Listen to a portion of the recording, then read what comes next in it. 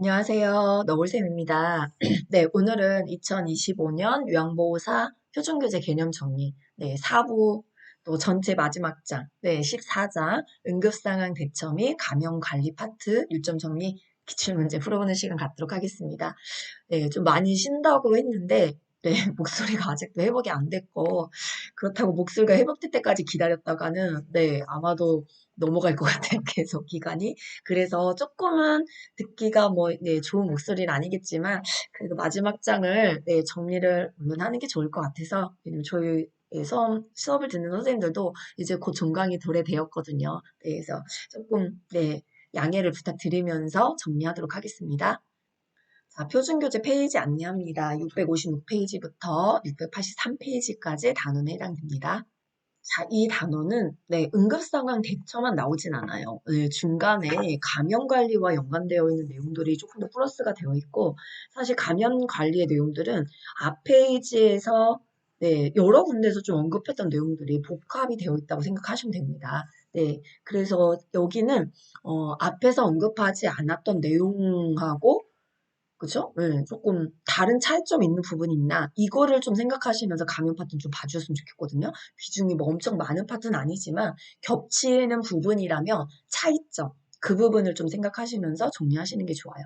자, 1절에 해당하는 내용이죠. 위험 및 위기 대응이다. 이렇게 돼 있어요. 이것도 2024년에 신설된 파트 내용이고요. 예, 우리가 의학적 위기 상황에 대한 대처법이다. 그럼 어떻게 위기 상황인 걸 확인할 수 있나요? 그래서 가장 먼저 하셔야 될 내용은 상황을 판단하는 겁니다. 네, 그 다음에 두 번째는 대상자를 살펴보는 거예요. 살펴봐라. 이렇게. 그 다음에 세 번째는 응급처치를 실시합니다. 네, 그래서 위기 징후다라고 하는 부분을 판단하려면 어떠한 상황일 때 위기 징후입니까? 라고 해서 상당한 출혈이 보였거나 의식의 변화가 생겼거나 호흡이 불안정하거나 또는 피부색의 변화가 있거나 신체 일부가 부풀어 오르거나 심한 통증을 느낀다면 아, 이거 지금 위기 징후다. 이렇게 판단을 해주시면 돼요. 네. 이렇게 발견이 됐을 때 전문적인 치료가 필요하기 때문에 119에 신고하시고 네, 상황에 맞게 응급처치를 구급대원이 도착할 때까지 진행해 주시면 됩니다. 자, 그 다음에 이제 마지막으로 하나를 더 하셔야죠. 가족 또는 기관장에게 보고하는 내용까지 다 하셔야지만 위기 상황에 대한 대처가 적절히 이루어졌다라고 보시면 됩니다. 자, 두 번째는 재난 상황입니다. 이건 옛날에도 표준계에 있었던 내용이에요. 그래서 이제 화재부터 시작해서 하나씩 시작이 되는데, 자, 소화기가 비치된 장소를 알아두시고, 사용법은 미리 익혀두시는 게 좋고요. 음식을 조리하는 중에는 주방을 떠나지 않거나, 난로 곁에는 불이 붙는 물건이나 세탁물은 가까이 두지 않는 것이 좋습니다. 자, 화재가 발생했다면 불이야라고 소리치고 비상벨을 눌러서 주변의 사실을 알려주시고 불길이 천정까지 닿지 않는 불이라면 소화기나 물량동이로 신속하게 진화를 시도해 주시고 엘리베이터가 아닌 계단으로 이동 시 뜨거운 연기가 위로 올라가죠. 그리고 최대한 자세를 낮춰주면서 움직여 주셔야지만 되고 시야가 확보되지 않는다면 네, 한 손은 벽에 짚고 이동을 해주시면 됩니다. 자, 우리 종종 잘 나와요, 사실 이 소화기. 사용법이죠. 네. 그래서 첫 번째가 안전핀을 뽑고, 두 번째가 노즐을 잡고 불 쪽을 향하고, 세 번째가 손잡이를 움켜잡고, 네 번째가 분말을 고루 싸주시면 됩니다. 이 그림을 네 장을 놓고 가나다라 순서를 찾으십시오라고 하는 문제도 있고, 지금 제가 읽었던 이 글씨로 가나다라 순서가 출제되기도 합니다. 자, 두 번째 재난에 관한 상황은 수해와 태풍이에요. 이렇게 묶었어요. 2024년에 개편이 되면서. 자, 상수도의 오염에 대비해서 욕조에 미리 물을 받아두는 게 좋고요. 응급약이나 손전 등 비상식량, 휴대전화 충전기 등은 미리 챙겨두는 것이 좋습니다.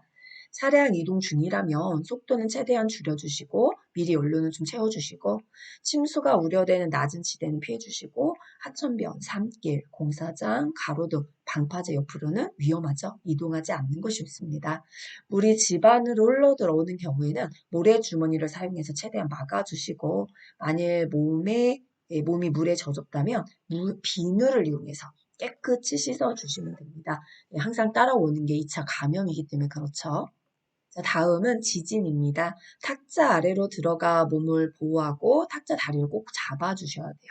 탁자가 만약에 없다면 머리를 팔로 감싸서 보호하는 자세로 웅크린 채로 대기를 해주시는 게 좋고요.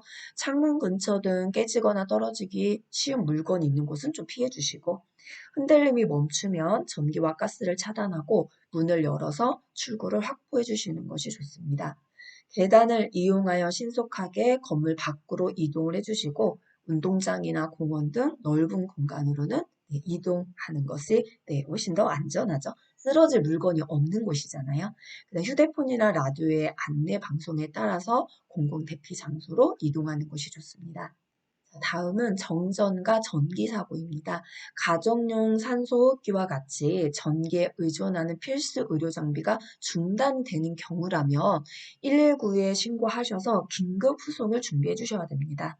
만약 전기 쇼크를 입은 사람이 있다면 전류가 차단될 때까지는 접촉을 해서는 안 되고요.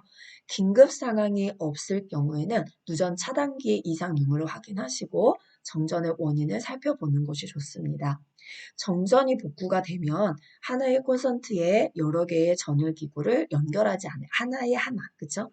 이미 만약에 녹아버린 냉동식품이 있다면 재냉동하지 않고 버려주시는 것이 좋습니다. 자, 이제 2절 감염 예방 관리에 해당하는 내용입니다. 이렇게 감염 예방을 위한 일반적인 원칙에 대한 내용은 앞에 없어요. 이런 부분은 좀 기억을 해주시는 게 좋거든요. 연쇄 연결고리죠, 여러 가지가. 그래서 이제 미생물에 해당하는 내용들, 예, 세균, 바이러스, 곰팡이, 기생충, 얘네는 미생물에 들어가고요. 그다음 이제 저장소죠. 사람, 동물, 음식, 물, 토양 안에 이런 미생물들이 저장되어 있어요. 네, 얘네가 이제 어디로 나오냐? 탈출구죠. 기침이나 재채기를 통해서 어떤 비말이나 침이나 이런 걸로 나올 수도 있고, 또 신체 몸에서 나오는 분비물, 대변을 통해서 탈출을 합니다. 그럼 얘네들 탈출해서 이제 어디로 가나요? 전파 방법이 있죠.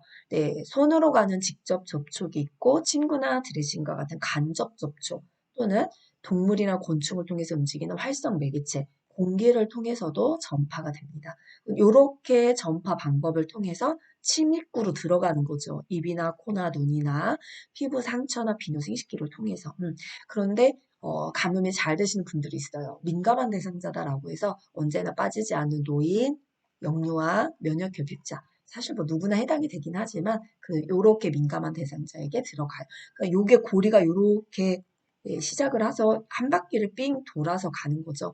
어디든 끊어주기만 하면 감염은 좀 피해갈 수 있습니다. 그래서 미생물에 해당하는 거, 저장소에 해당하는 거, 탈출구에 해당하는 거, 해당 항목들을 좀 기억해 주시면 좋겠어요. 또 다음 중 감염의 일반적인 원칙 중에서 저장소에 해당하는 것을 골라라. 또 뭐 민감한 대상자, 아니면 뭐 전파 방법을 해당하는 내용을 골라봐라. 이런 문제가 출제될 수 있기 때문에 그렇습니다. 자, 제가 지금 표를 보면서 정리한 내용들이 다시 글씨 안에 있어요. 네. 그래서 아까 그 표로 충분히 다 정리가 됐다라고 생각을 하거든요. 그래서 이 부분은 다시 읽지 않겠습니다. 자, 우리 표준교재에 이 감염 관리를 위한 표준적 예방법이라고 하는 표가 명시되어 있어요. 네. 이런 것도 앞 페이지엔 따로 나와 있지 않습니다. 그래서 이제 질병관리기구가 제시한 예방관리 지침인데, 장갑, 네, 그 다음에 손 씻기. 손 씻기 하십시오. 장갑을 벗은 직후에 다시 손을 씻습니까? 전후, 장갑 착용 전후 손 씻기 필수고요. 사용한 장갑으로 깨끗한 물건을 만지지 않도록 해주셔야 되고, 또 이런 거 혈액, 체액, 분비물, 배설물, 그다음 상처가 나거나 개방된 피부, 그다음에 점막 이런 부분을 만질 때는 반드시 장갑 착용. 그다음에 이와 같은 접촉은 구강관리, 화장실 이용 지원, 회원부 관리, 기저귀 교체, 침상용 변기 또는 소변통 비우기, 튜브 관리, 우리 이거 나오잖아요. 비위관, 돈요관, 장루 다 나오는 거니까요. 그다음에 옷이나 침구류에 묻은 분비물 치우기, 변기 또는 세면대 청소 등의 업무를 실시할 때는 자주 발생되니까 이때는 반드시 손 씻기와 장갑 착용을 해주셔야 되고, 그다음에 이런 부분 잘 기억해 주시면 좋을 것 같아요. 혈액이나 체액이 몸에 닿았다면 즉시 접촉한 부위에 피부 표면을 닦아주시고, 혈액이나 체액이나 분비물, 배설물 등이 몸에 닿을 것으로 예상된다면 일회용 가운을 착용하도록 합니다. 네, 만약에 이 대상자가 이미 감염성 질환에 이완이 되셨다면 혈액이나 체액에 노출되지 않을 것으로 예상되더라도 일회용 방수성 가운은 반드시 착용을 해주셔야 되고요. 네, 마스크와 보안경, 안면보호구를 착용하도록 합니다. 제가 출제한, 네, 제가 문제집에는, 출가하는 문제집에는 이런 내용 다 문제 출제했어요. 늘 말씀드리지만 2024년에 개편된 새로운 내용들이 2024년에 요양보사 시험에서는 거의 출제되지 않았습니다. 그런데 2025년 시험 보신 선생님들은 출제 많이 될 거라고 예측하고 있어요. 왜냐면 이미 1년 동안의 국시원 출제자들이 다 준비하고 있던 문제들을 이제 새롭게 출제를 하는 거잖아요.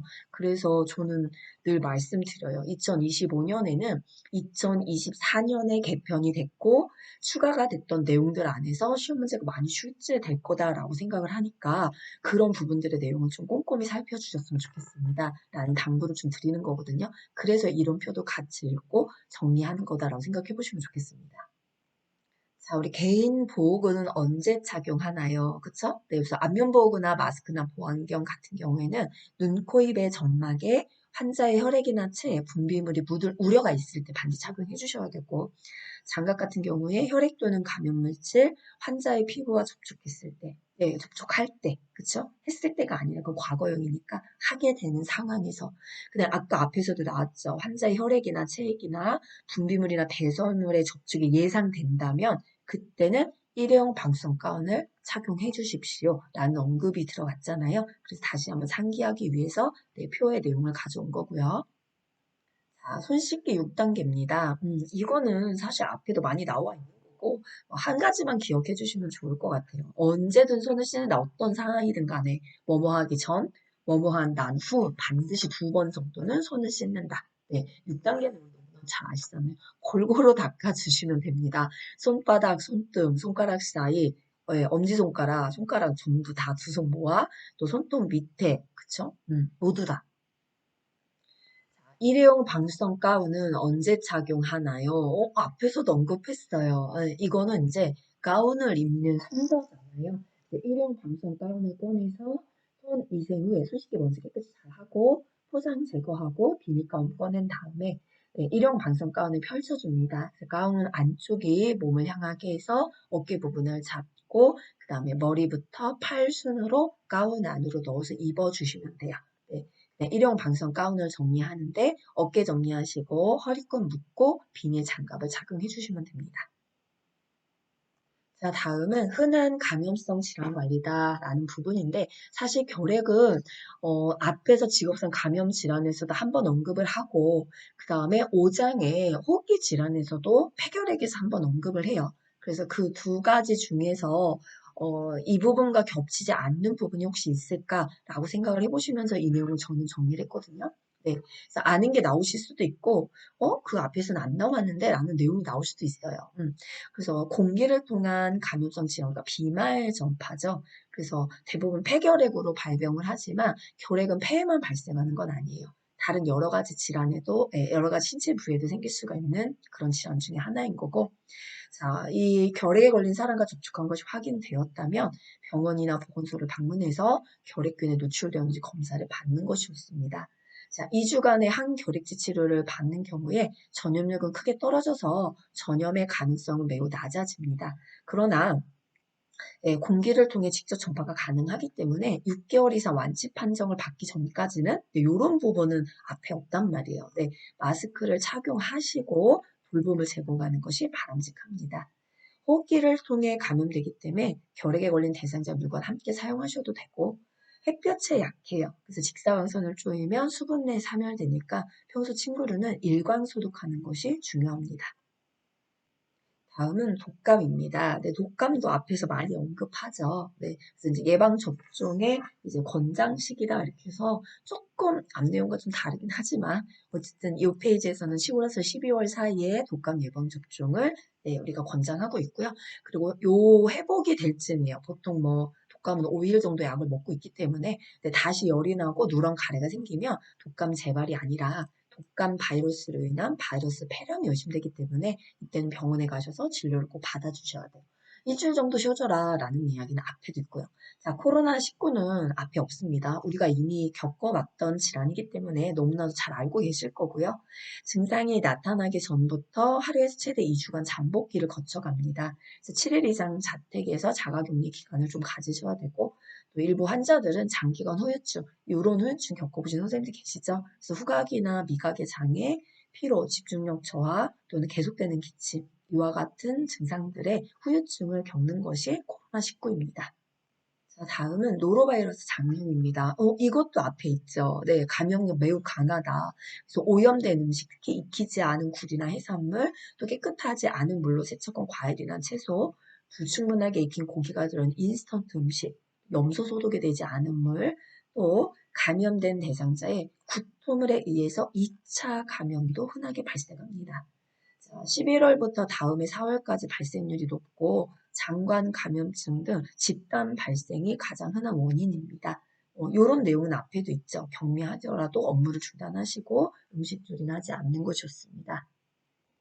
다음은 이예요. 이. 예, 그냥 머리니와 이는 조금 구분이 되셔야지만 돼요. 왜냐면 앞에서는 머리니만 언급하잖아요. 근데 여기 파트 안에서는 그냥 이 이렇게 해서 다듬이 벌레 목에 속하는 곤충인데 구분을 좀 시켜놨어요. 하나는 머리니, 하나는 사면발이 이렇게. 그래서 머리니는 이미 앞에서 하셨듯이 뭐 두피 주위에 머리카락을 잡고 살고 그죠? 그다음에 거기 막 석회에 알을 막 낳고 이런 이야기가 나오잖아요. 근데 사면발이는 음모에 서식해요. 그래서 이제 머릿잎처럼 똑같이 이제 심한 가려움증을 좀 유발시키는 거고, 또 이제 막 긁으면 그 안에서 좀 상처가 생기는 거고, 증상 비슷합니다. 1년 중 언제든 발생할 수 있고요. 비가 후에는 옷을 반드시 세탁하시고 뜨거운 물 완전 팔팔 끓지 않아도 55도 이상의 5분 이상만 노출되면 사멸이 되잖아요. 그래서 뜨거운 물로 샤워하거나 목욕을 진행해 주셔야 되고 또 감염된 대상자가 사용한 베개나 수건, 스카프, 모자 같은 경우는 삶아서 세탁하거나 고온 세탁을 맡겨주시는 게 좋습니다. 또 이제 바닥이나 소파 등에 남아 있을 수 있기 때문에 진공청소기를 이용하셔서 깨끗이 다 빨아들여서 청소를 진행해 주시면 됩니다. 머리니와 이는 조금 분류 체계가 다르다. 이 안에 머리니와 사면발이 음모에 서식하는 사면발이로 나눠진다. 그 부분을 여기서 좀 기억해 주시면 좋겠습니다. 자, 이제 3절에 해당하는 응급처치로 갑니다. 상황을 제시하죠. 자, 우리가 질식이다. 기도가 폐색이 발생하면, 기도 폐색이 발생하면, 목을 조른다는 자세라면 괴로운 표정을 짓게 되고요. 그다음에 갑작스러운 기침을 할 수 있으며, 때로는 숨을 쉴 때 목에서 이상한 소리가 들리기도 합니다. 의식이 있고 숨도 쉬고 있다면 강하게 기침을 해서 뱉어내도록 격려하는 것이 가장 중요하죠. 그래서 이거 이상 행동을 할 수가 없다는 거고 또 의식을 잃고 더 이상 말을 할 수 없는 상태라면 또는 숨을 쉬지 못한다면 즉시 119에 신고해 주셔야 됩니다. 자, 그럼 기도 폐색이 확인되면 어떤 거 하나요? 너무 잘 알고 있죠. 선생님들 하임리법을 실시하시면 됩니다. 자, 하임리법, 숨이 안 쉬어지세요? 라고 물어보시고 대상자 등 뒤에 서셔서 자, 부위 중요하죠? 배꼽과 명치 중간에 주먹진 손을 감싸주시고 양손으로 복부의 윗부분을 후상방으로 힘차게 밀어 올려주시면 됩니다. 쳐서 내보낸다라고 생각하시면 돼요. 한 번으로 이물질이 빠지지 않으며 반복해서 시행해 주셔야 되고 질식이 지속되고 의식을 잃어버렸다면 천천히 바닥에 눕히신 상태에서 119에 신고하시고 심폐소생술을 실시하시면 됩니다. 자, 두 번째는 급성 저혈압이에요. 이게 이제 2024년에 신설된 응급사항 내용이다라고 생각하시면 되고요. 혈압이 과도하게 낮아져서 기관과 조직에 충분한 혈액순환이 이루어지지 못한 상태입니다. 어느 경우에 오냐? 대량 출혈이나 심근경색, 심한 가려움증에서 발생하는 응급 상황입니다. 피부색이 하얗게 또는 파랗게 변하고 손발이 차가워져요. 호흡수가 증가하고 혈압은 낮아지고 맥박은 상승해요. 혈압이 90에서 60 이하로 낮아지거나 또는 맥박수가 100회 이상으로 크게 오르면 쇼크를 의심해야 하는 상황입니다. 자, 그럼 이럴 때는 어떻게 해야 하나요? 응급 상황의 대처가 되게 중요한 거죠. 일단 119에 신고해서 즉시 도움을 요청해 주셔야 되고 천장을 바라보는 자세로 눕혀줍니다. 대량 출혈이 발생했다면 출혈에 대한 응급조치를 실시하셔야 돼요. 이게 지혈이죠. 입에서 혈액이나 토사물이 나오면 고개를 옆으로 돌려서 토사물이나 입에서 나오는 분비물로 인해서 지식을 막아주셔야 되고 발 아래나 아래 부분에 베개나 이불 등을 받쳐서 중요한 거죠. 다리가 30cm 정도 올라갈 수 있도록 유지시켜 주시면 됩니다. 그래야지만 중력에 의해서 남은 혈액의 산소량도 뇌로 갈 수 있거든요. 자동 혈압계가 있다면 신속하게 혈액과 맥박을 측정해 주시면 됩니다.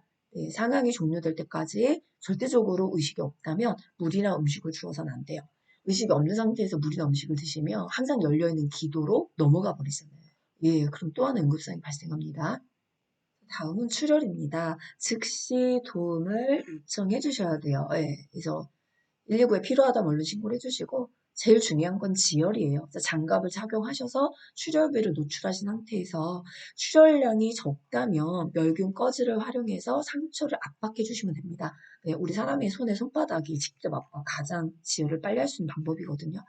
근데 출혈량이 너무 많다. 그렇다면 깨끗한 수건이나 옷을 활용하셔서 상처를 압박해 주시면 되고요. 또 출혈량이 많다면 두 번째 패드를 덧대서 계속해서 압박을 진행해 주시면 돼요. 하나 위에 하나 더. 이때 첫 번째 패드는 제거하지 않습니다. 만일 쇼크가 의심된 상황이라면 아까 앞에서 했죠. 대량 출혈이 발생하는 경우는 급성 저혈압을 넘어갈 수 있다. 그러니까 출혈하다가 지혈이 안 돼서 출혈량이 넘치는 경우에는 예, 이 급성 저혈압을 대비하셔야 되니까 다리를 높이는 자세로 쇼크 자세를 취해 주셔야 되고요. 출혈이 멈췄다면 상처 부위에 드레싱을 진행해 주시면 됩니다. 다음은 경련입니다. 뇌세포의 비정상적 자극으로 몸의 근육이 비자발적으로 수축하는 증상을 이야기합니다. 네, 노인에게 경련은 위중한 질병에서 발생을 하고 있고요. 사실 치매 말기에도 종종 발생합니다. 요양보호사가 해야 할 유일한 조치는 병원으로 신속한 후속을 돕는 것이다. 네. 자, 119 구급대원이 도착할 때까지 온전히 기다리는 것이 가장 중요한데 경련을 멈추기 위해서 무언가를 시도하지 않는다. 예, 제일 중요한 게 이거죠. 입안에 어떤 손가락을 넣는다든지 이물질을 넣는다든지 약을 먹이는 것과 같은 시도는 절대 진행하시면 안 됩니다. 자, 그렇다면 요양보호사가 할 수 있는 게 무엇인가요? 아까 말씀드린 것처럼 119에 즉시 신고를 하셔서 도움 요청을 해주셔야 되고요. 경련하는 동안에 네, 상처가 생기지 않게 주변에 뾰족한 물건이나 위험한 물건은 치워주시고 경련이 발생한 시각을 좀 기록해 주시는 것이 좋습니다. 대부분 15분 이내에 종료한다. 네, 거의 5분 안에 종료가 되는 것도 많아요. 반복적으로 진행하시는 경우에는. 시간이 왜 중요하냐면 응급실에 가시면 항상 물어봐요. 몇 분 정도 하셨나요? 어떤 양상으로 하셨나요? 굉장히 중요하거든요. 또 시간이 오래 지체가 되는 경우에 뇌 손상의 우려가 있기 때문에 예, 시간을 좀 꼭 기억을 해주셔야 되고 자, 대상자를 바닥에 눕히고 베개를 받쳐 머리의 손상을 보호합니다. 이때는 뇌가 정지되어 있는 상태이기 때문에 호흡을 할 수가 없어요. 최대한 호흡을 좀 편안하게 할 수 있도록 상의를 느슨하게, 상의뿐만 아니라 조여지는 것들은 다 풀고 열고 제거를 해주셔야 되고요. 고개를 가만히 옆으로 돌려줍니다. 옆으로 돌려야만 이물질이 또 기도 안으로 들어가지 않아요. 자, 경련을 멈추기 위해서 억제는 예, 절대 하시면 안 된다. 그러니까 잡거나 이런 상황을 하지 마시라는 거고 입에 무언가를 물리는 행위도 금지합니다. 상황이 종료될 때까지 물이나 음식을 절대 주어서는 안 되죠. 다음은 약물 중독 상황입니다. 갑작스럽게 구토를 하거나 호흡이 불안해지거나 의식이 흐려지는 등의 변화가 발생할 수 있습니다. 약병 안에 내용물이 쏟아져 있거나 이상 화학 약품의 어떤 냄새가 나는 등의 정황을 통해서 약물 중독을 의심할 수 있는데요. 자, 이럴 때는 즉시 여기도 119에 신고하시고 도움 요청을 해주셔야 되고요. 만약 의식이 없는 상황이라면 천장을 바라보는 자세로 높여줍니다. 또 입에서 거품이나 토사물이 나온다면 고개를 옆으로 돌려주셔서 지식에 대한 네, 문제 사항을 좀 대처해 주셔야 되고 119 구급대원이 올 때까지 대상자 곁에서 상태 변화를 면밀히 관찰합니다. 자, 복용한 것으로 의심되는 물질이 있다면 용기째 11이 아니죠. 119 대원에게 전달을 해주셔서 어떠한 네, 이 약품이었는지 가시면 이제 해독을 해야 되기 때문에 그래서 먹으셨던 복용하셨던 그 제품이 무엇인지 좀 알려주시는 것이 빠른 해독을 돕는 중요한 단서가 되기도 합니다. 자, 다음은 화상입니다. 치료 방법은 손상 부위와 넓이에 따라 달라지므로 종합적인 판단에 따라서 119에 신고할 것인지 또는 간단한 응급처치를 취할 것인지를 결정해 보시는 게 좋고요. 얼굴이나 관절이 접히는 부위의 화상은 전문적인 치료를 요구하는 겁니다. 얼굴이 가장 위험하죠. 우리가 호흡과 연관되어 있는 부분이기 때문에 자칫 잘못하면 질식으로 인해서 사망까지 갈 수 있어요. 이게 기도 화상이죠. 가장 위험한 거. 자, 그럼 대처는 어떻게 해야 되나요? 장갑을 착용하시고 화상 부위에 얼음이나 그쵸? 얼음물을 직접 대는 것은 권장하지 않습니다. 또 통증이 없어질 때까지 그 내용을 제가 여기 따로 하나가 누락이 됐는데 15분 이상은 찬물에 담가 주셔서 화기를 제거하시는 거 좋습니다. 자, 화상 부위에 간장, 기름, 된장, 핸드크림 그런 거 절대 바르시면 안 되고요. 세균 감염의 위험도 있고 화기가 밖으로 나가지 못하게 하는 위험성이 있기 때문이죠. 그다음 반지나 팔찌나 귀걸이 같은 장신구들은 빨리 벗겨주셔야 돼요. 시간이 지나면 부종 때문에 이 벗겨지지 않습니다. 화상이 경미하다면 멸균 드레싱을 실시해 주시고 또 화상이 어느 정도인지 또는 잘 모르겠다 이럴 때는 병원 진료를 받는 것을 권장합니다. 다음은 골절입니다. 손상 후 스스로 움직이기 어려울 정도로 심한 통증이 있거나 외형상 변형이 관찰된다면 우선적으로 골절을 좀 의심해 보시고 관련된 응급 조치를 취해 주셔야 됩니다. 119에 신고해서 주변에 도움을 요청하시고 제일 중요한 게 이거죠. 안정하고 스스로 움직이지 않도록 하는 거. 골절된 상태에서 움직이게 되면 2차적인 문제들이 발생하죠. 손상 부위에 반지나 팔찌 등이 있다면 미리 벗겨주시고요. 이 또한 부종이 골절 후에도 발생할 수 있기 때문이죠. 골절인지 아닌지 구별하기 어렵다면 병원 진료를 받고 이제 정확하게 진단을 받으시고 그에 따른 처치가 이루어지시면 됩니다. 자, 이제 4절 심폐소생술입니다. 심폐소생술의 단계, 전반적인 단계를 좀 한번 기억을 해주시면 좋겠어요. 첫 번째가 반응 확인, 두 번째가 도움 요청과 119 신고, 그 다음 세 번째가 호흡 확인, 그 다음 네 번째가 가슴 압박 30회 시해, 그 다음 다섯 번째가 회복 자세, 이렇게 순서대로 이어져 있고, 한 단계씩 살펴보도록 하겠습니다. 첫 번째 반응 확인에서는 양쪽 어깨를 두드리면서 괜찮으세요? 라고 언어적인 자극의 질문을 하시면서 반응을 확인해 주시면 되고요. 반응이 없다. 그쵸? 그럼 도움 요청과 119 신고가 이루어지면 됩니다. 자, 질문에 반응이 없고 정상적인 호흡이 없다면 즉시 큰 소리로 주변 사람에게 119 신고를 요청해 주시고 주변에 아무도 없는데요. 그럼 직접 119에 신고해 주시면 됩니다. 신고 전화를 끊지 않고 상담 요원의 지시에 따라가는 것이 중요하죠. 자, 다음은 호흡 확인을 합니다. 10초 이내, 중요한 거죠. 시간을 너무 지체하지 않으셔야 되죠. 시간이 길어지면 압박할 시간이 없어지기 때문에 10초 이내로 보고 듣고 느끼고 숨소리나 입김, 콧김이 느껴지는지 가슴에 올라오는 주문을 확인해 주시면 됩니다. 자, 이렇게 했는데 없다. 그럴 때는 바로 가슴 압박을 시행해 주시면 되죠. 바닥이 평평한 곳에 등을 대고 똑바로 눕힌 상태에서 흉골의 아래쪽 절반부, 이런 부위도 시험문제 잘 나요. 깍지를 낀 두 손이 손바닥 뒤꿈치를 대시고요. 손가락이 가슴에 닿지 않도록 가슴에 닿게 되면 흉골, 갈비뼈에 골절이 발생할 수 있죠.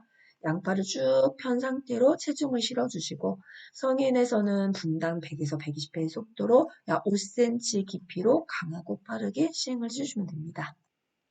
자, 이제 마지막 회복 자세로 돌아갑니다. 가슴 압박 수생술을 시행하던 중에 환자가 소리를 내거나 움직이고 또는 호흡도 회복이 되었는지 확인해 보시고요.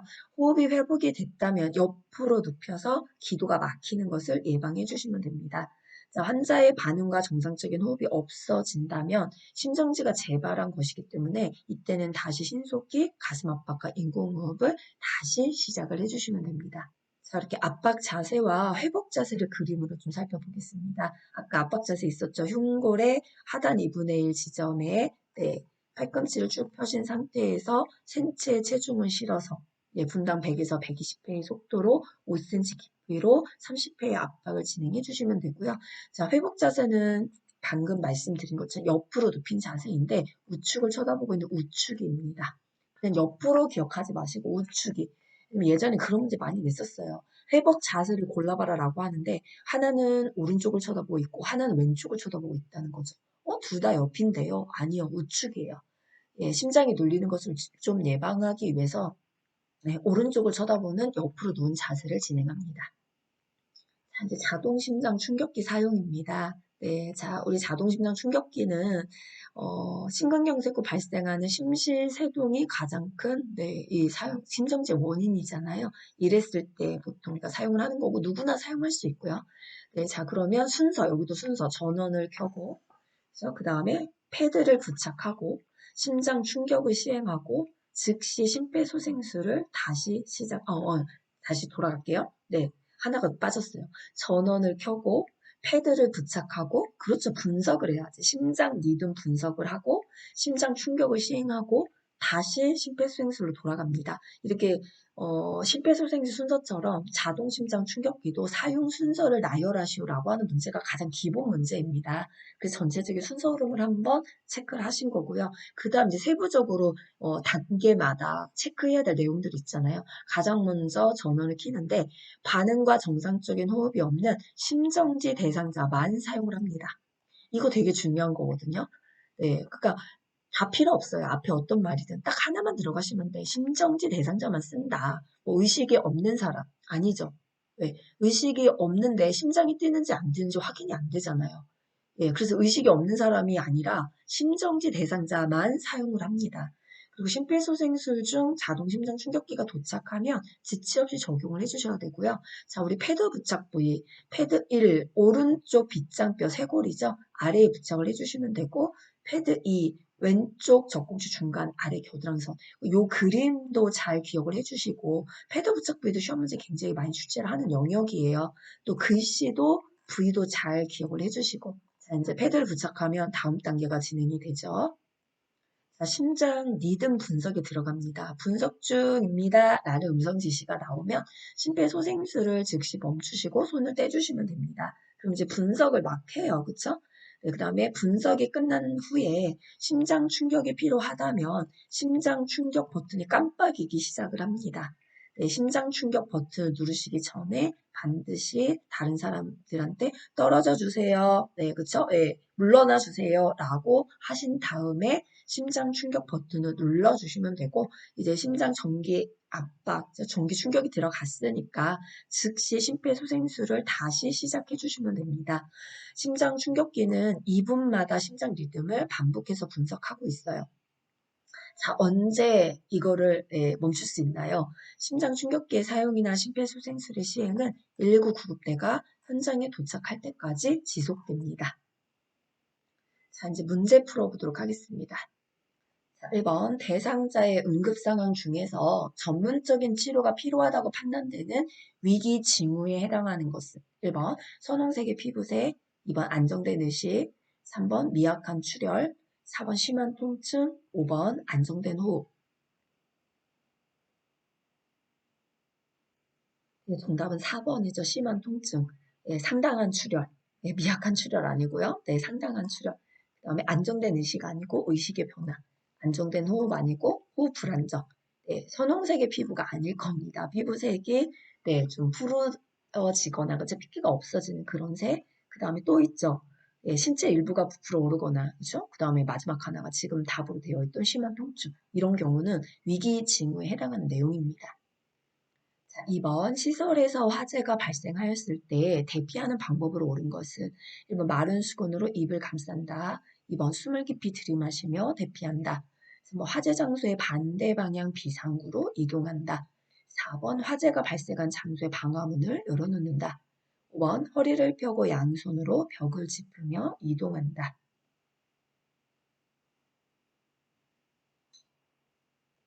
네, 정답은 3번입니다. 마른 수건이 아니라 젖은 수건을 대고 가셔야 되고, 네, 막 깊이 들어 마시면 안 되죠. 막 들어가니까, 그쵸?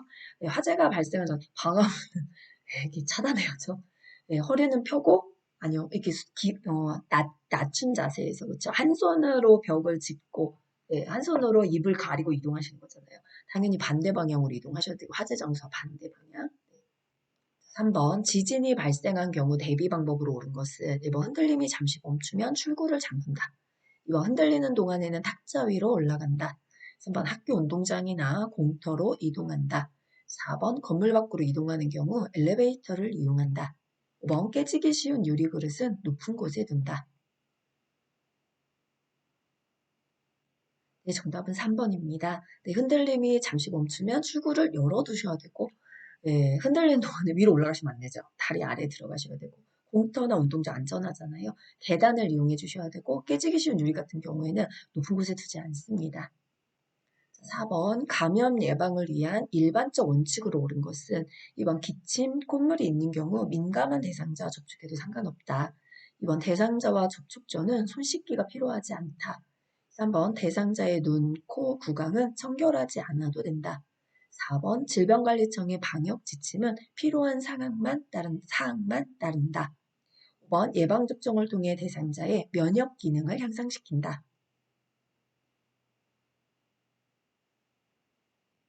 네, 정답은 5번입니다. 이거 아까 그 연결고리 안에서 내용을 출제한 거예요. 이런 경우 민감대를 저촉하시면 안 되죠.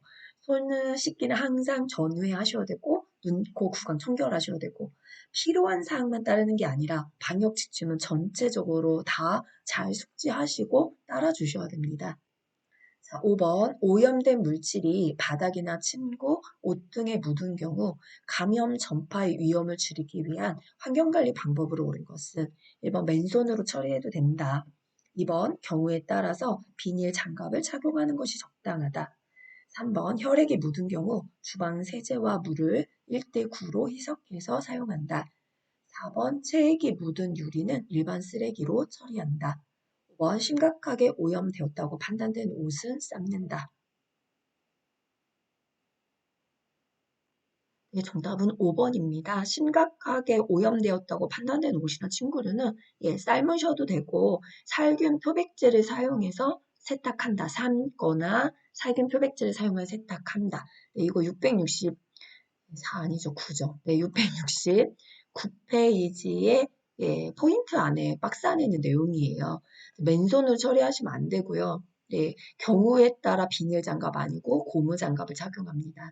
자, 혈액이 묻은 경우라면 표백제, 표백제 락스와 물을 1대9, 주방세제가 아니라 표백제 락스와 물 1대9로 희석하시는 거고, 그 다음에 체액이나 이렇게 유리 같은 경우, 그쵸? 체액이 묻은 유리라든지 이런 부분들은 일반 쓰레기로 처리하시면 안 돼요.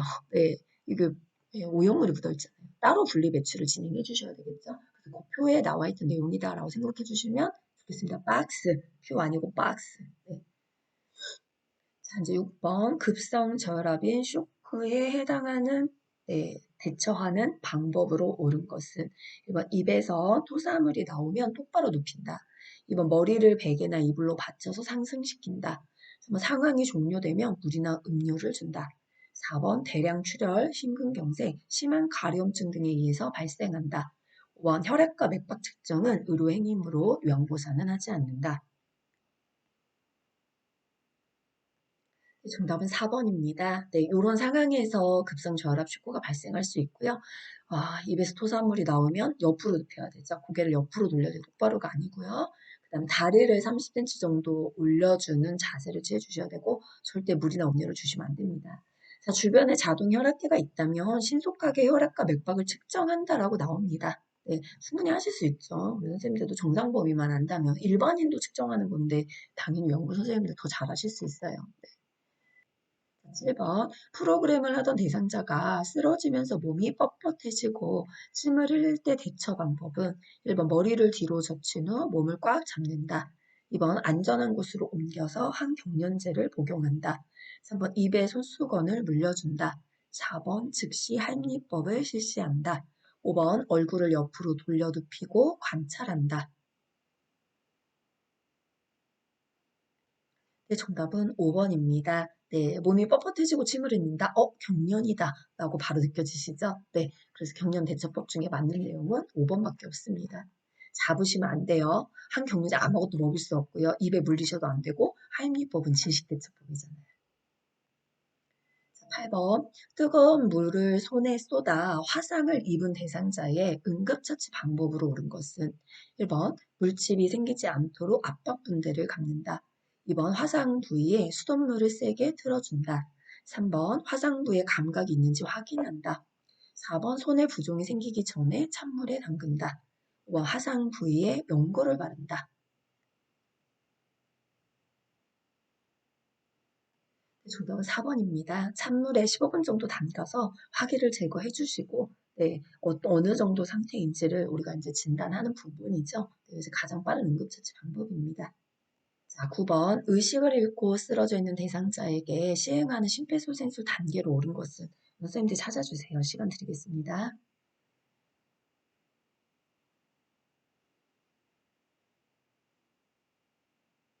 정답 공개하겠습니다.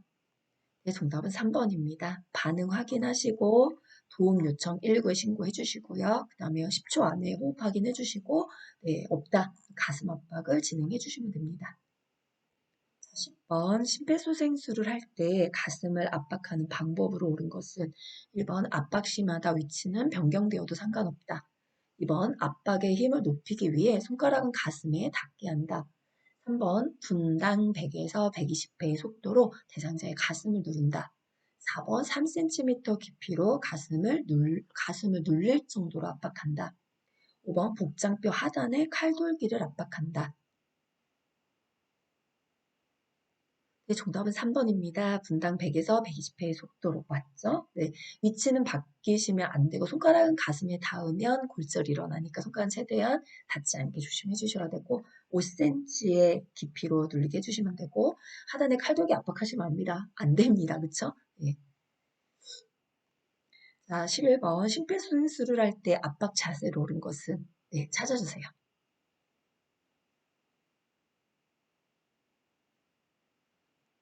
네, 정답은 몇 번입니까? 네, 딱 1번이죠. 네. 자, 일단은, 네, 팔꿈치가 구부러져 있으면 안 됩니다. 그죠? 네, 여기 펴져 있는데도, 네, 뭐가 좀 이상하죠? 네, 상체를 상승시켜야죠. 네. 그 다음에, 여기도 부분이 좀 있죠. 앞으로 넘어가 있으니까. 요 두 부분인데, 거리, 최대한 가까이 대상자 앞에 오셔서 이렇게 딱 수직이 되게끔. 이 자세 가장 좋습니다. 자, 이제 마지막 문제 될 것 같아요. 12번 대상자에게 심폐소생술을 할 때 자동심장 충격기를 사용하는 방법으로 옳은 것은 자동 제세동기도 동의어입니다. 자, 1번 전기 충격이 전달될 때 대상자를 붙잡아 지지한다. 2번 10분 간격으로 심장 리듬을 분석한다. 3번 심장 리듬 분석 중에는 대상자에게서 손을 뗀다. 4번 전기 충격을 전달하고 나서 2분 후에 가슴 압박을 다시 시작한다. 5번 전원격이 심장 리듬 분석, 전극 패드 부착, 제세동 순서로 사용한다. 정답은 3번이죠. 분석 중에는 손을 떼셔야 정확하게 분석이 될 수 있고요. 대상자 붙잡지 않습니다. 자동 제세동기는 2분 간격으로 리듬을 계속 분석할 거고요. 전기 충격을 전달하고 나서 다시 즉시 가슴 압박을 실행해 주셔야 되고 순서는 전원을 켜고 전극 패드를 부착하고 리듬 분석을 하시고 제세동을 실시해 주시면 됩니다. 자, 오늘은 이렇게 11번까지 여기 연관된 문제를 좀 풀어봤고요.